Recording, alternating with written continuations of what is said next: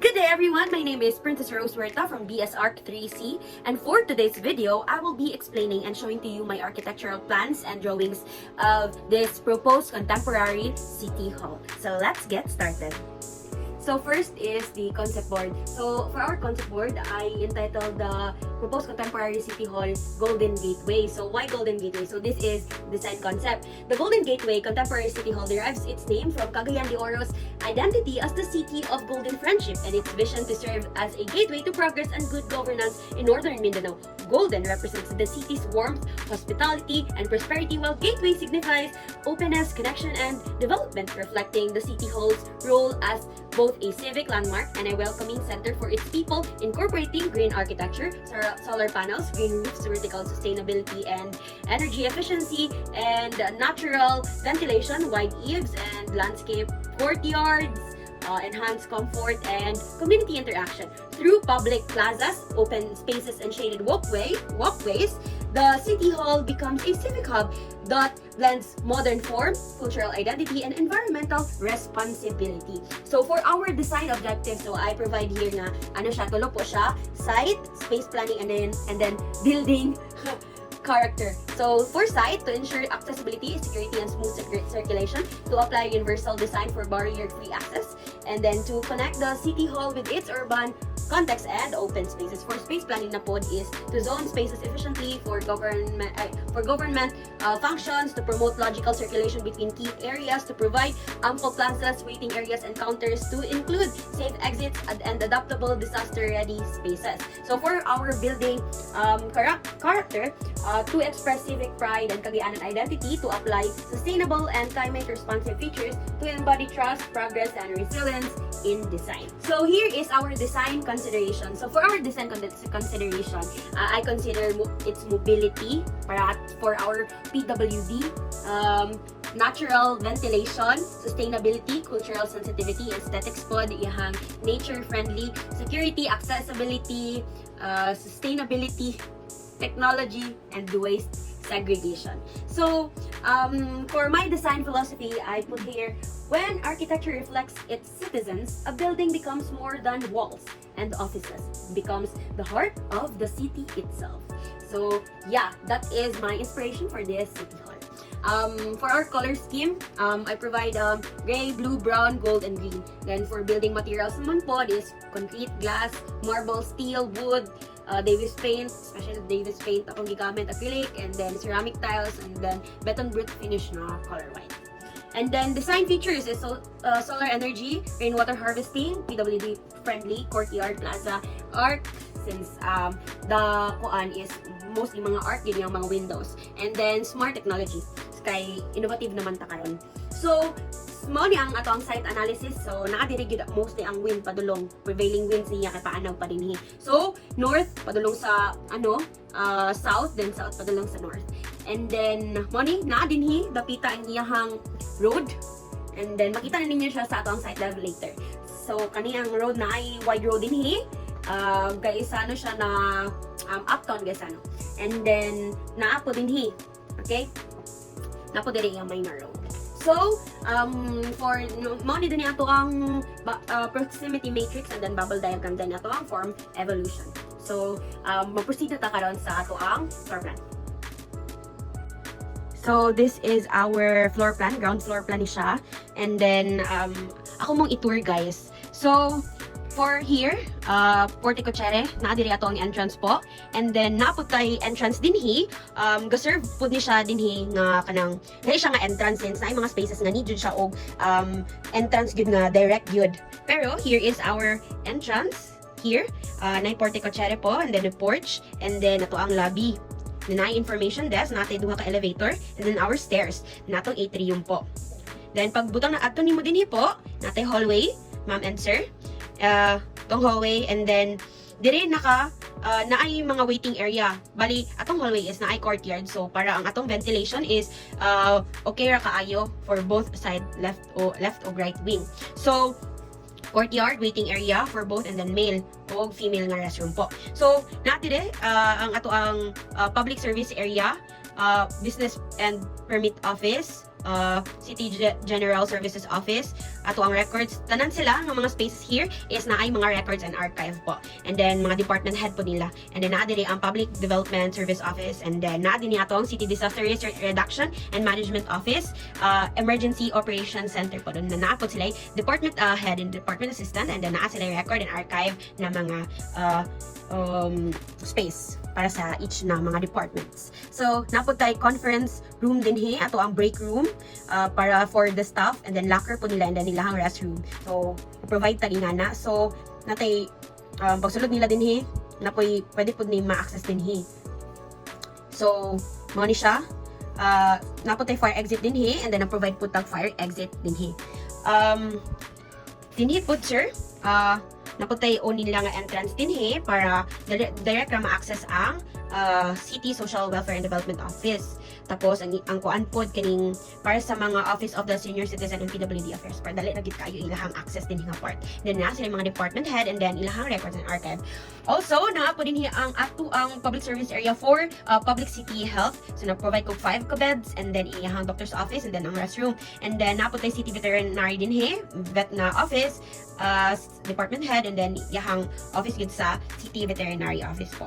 And then naa din ato ang city health office, doon siya din public city health po. Then yung department head, yung records archive, and then napod siya conference room, same aning pikas, and then napod siya staff break room, locker, and then restroom po. So mo to naapod siya fire exit din para marag duha yung fire exit po para sunod siya sa national building po to. And then napod din nga part po ang ato ang city budget and treasurer's office. So morning siya nga side diri po. So na sila'y kanang diri na ako gibutang po diri ang surveillance room po. Na sila'y treasurer's head, budget head, assessor's head, evaluation and processing room, and then ihang records and archive dayan. Tas mga city assessor's office po. So para dali ra gid kayo ihang access. Gibutang na ko siya sa first floor para dali akang access kay mga busy man ni siya nga mga areas po. So na po dinhi ang city engineer's office, and then city architect planning and development office itong kapdo. So naa diri si city engineer office, naa diri si assistant engineer, yahang city architect, assistant architect, and then ato ang conference room, itong staff break room, yung locker, and yahang restroom. So same ra gyapon. Tapos natin mga drafting tables din po, napod tay blueprint storage, and then blueprint mga storages na sa mga blueprint. So napod tay mga own doors nila din para para sa mga staff nato na access nga area din po. So, mato siya, dinhi na side, dinhi na punta nga sa pikas, sa mga office. Na dinhi ang ato ang public service area gyapon, ang customers area, what do you call that? Na dinhi si usay nato. Urban Search and Rescue Office, and then ato ang Road and Traffic Administration and Traffic Control Center or RTA. Kay kuan magod ka nang naman dinhi sa ato ang back ang katong motor pool po. So dira dayon tanan mga sakyanan na ilahang makuha. So ma-impound ang term. And then mao to kailangan pag ni user nga daghan kisya mga kuan sa kanang motor pool niya po. And then atay department head, department assistant, yang records and archive, conference, staff break room, and then ihang training room po. And then naapod training room ni si ato ang RTA, and then naapod din si ato ang department head, department assistant, and then atong record and archive. And then naapod diri si ato ang MET room po, electrical, plumbing, and then fire, ganyan. So naa din tanan po. So diri naatay dako kayo nga records and archive na dira gid i-pondo tanan.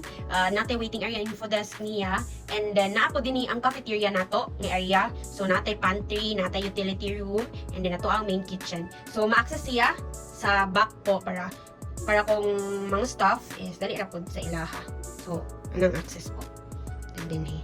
Ayan. So that is all for our ground floor plan po.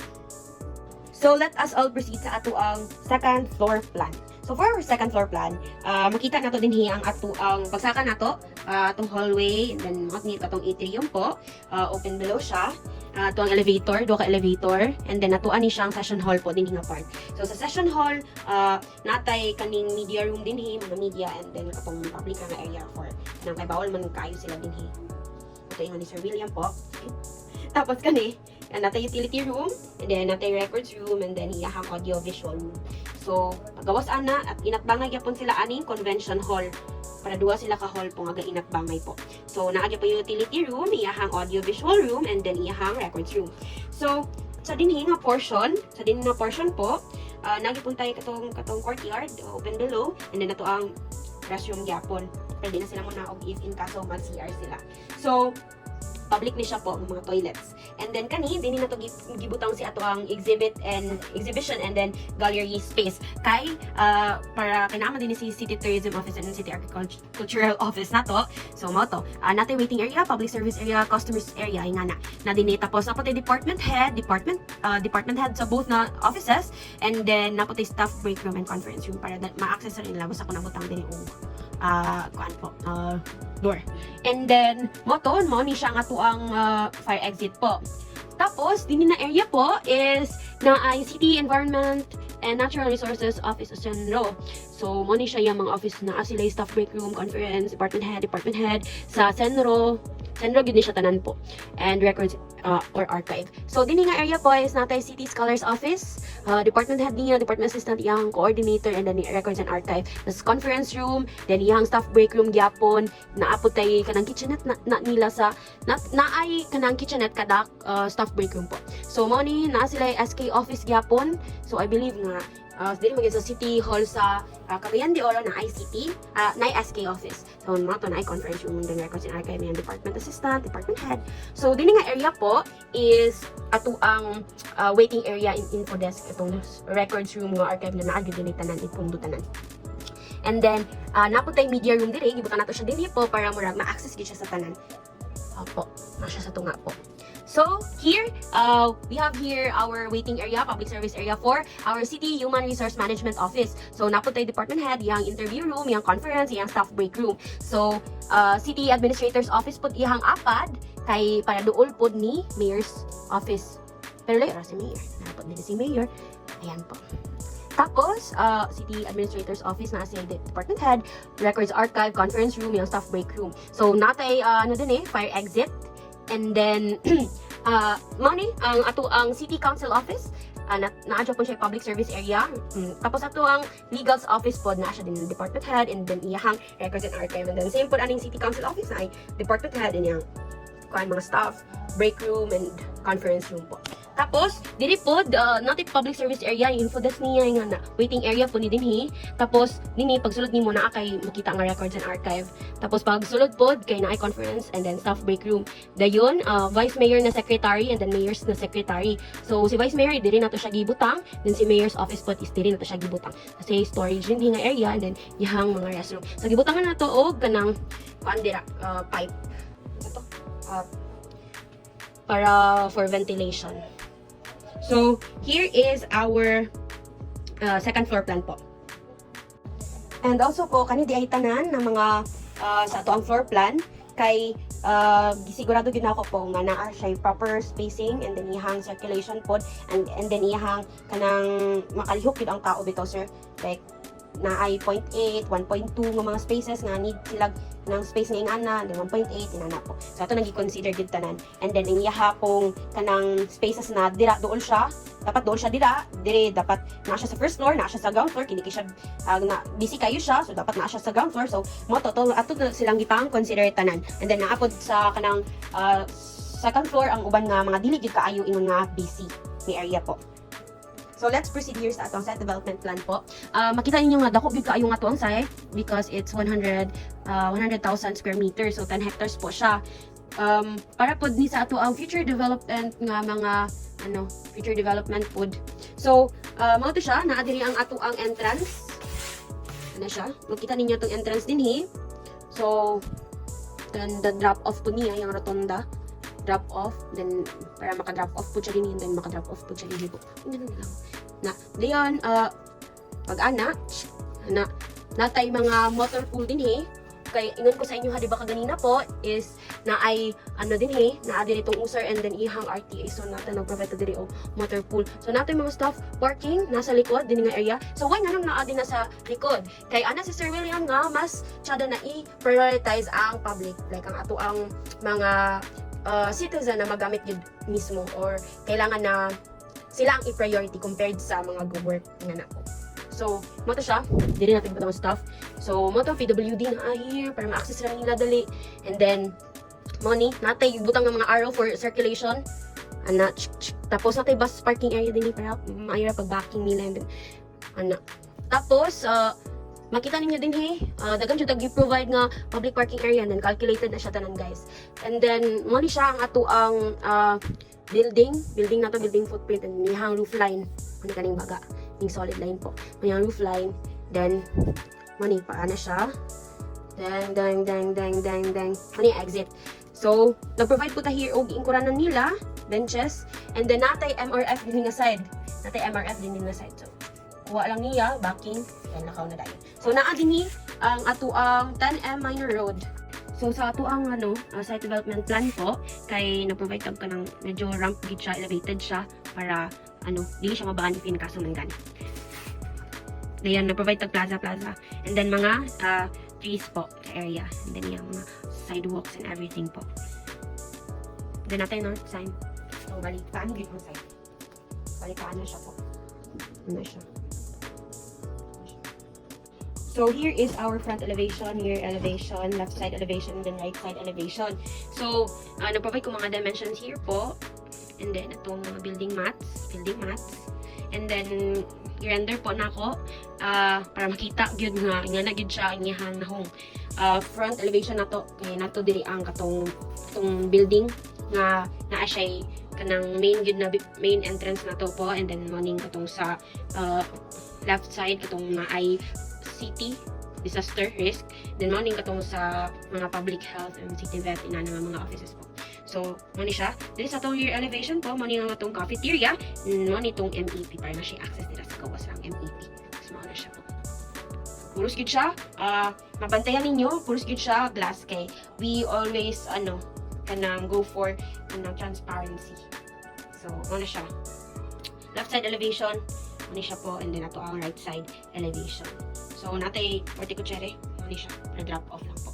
And then ato ang go here sa ato ang longitudinal section through BNB. So, for our longitudinal section, muna siya kung gikat diri sir ng area.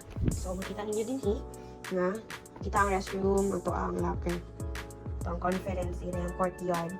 Tapos, iyahang restroom po din kay para makita ang restrooms and then mga conference. Tapos, social bus. Tapos, muna siya natay ka ng slab na 0.30 sa kanina. Nara dira ang mga labels. And then for our cross section po, which is kaning makita din here. Ana, kay mo ni siya makita. So, ipakita na ako po ang iyahang fire exit yun mismo sa ko dito nagkat po. So, nadiri City Tourism Office, Department and Center, CDRR, MO, akong pangbilang dira og mga names niya po. Para, dili siya ibong locate po. So, mo siya si Terry's Scholars Office. So, mostly good siya, sir. Kay very glass good siya ang attacking for kanang para makita good sa mga nga wala sa ginahimo na dautan, and then para makita sa mga citizen good sa city. Wala yung need itago and everything. So, motto, arc yun ang ato ang attacking for this video. So lastly, this is our miniature for the proposed contemporary city hall. So gibsutan ako din yung area for our courtyards. And then naa here ang ato ang portico po. And then mo niya tong roofing pana siya. Na siya nga roofing po, slant both left and right. And then extruded for extruded siya. Naka-extrude for our ventilation po, and then mo gini siya ang main entrance and para po dinibot sila ninigit ako. Itong mga sakyanan din for drop off din sa side, and then drop off din sa side. Then natay mga ramps, mo ni ang pag-depict sa mga ramps. Kay gamay kay siya as in 1:500 MTS na scale. So very gamay, and then di kay nato ma-detail gid ang ato ang ramp and then ato ang stairs.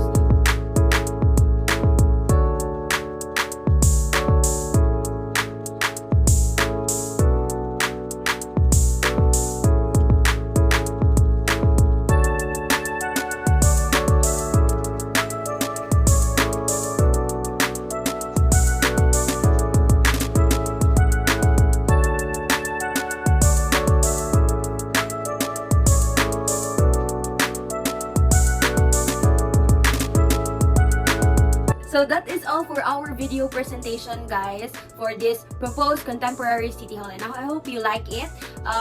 Thank you so much for watching this video. God bless everyone, and on tama arkitekta puhon. This is Princess Rose Huerta from BS Arc 3C. Bye-bye!